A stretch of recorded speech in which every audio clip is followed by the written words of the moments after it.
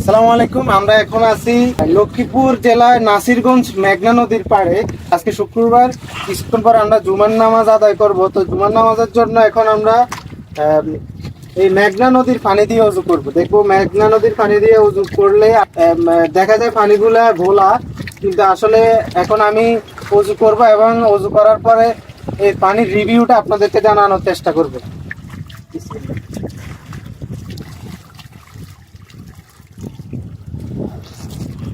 হয়তো আপনারা ভাববেন যে পানিগুলা ময়লা পানি, কিন্তু আমার কাছে মনে হয় যে আমরা সাধারণত বাসা বাড়ির মধ্যে যে পানিগুলা উঠে মাটির নিচ থেকে ওই ফিল্টার মানে ওই পানি আর এই পানির মধ্যে আমি বেশি একটা তফাৎ পাচ্ছি না।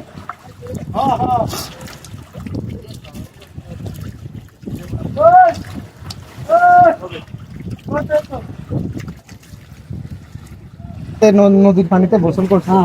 তো এই গোসল করে সাধারণ পানি আর এই পানির মধ্যে তফাৎটা কি? নদীর পানি ভালো।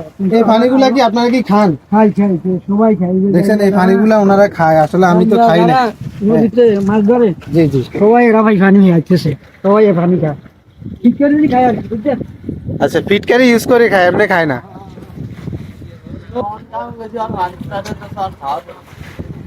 আপনি খাইছেন কখনো?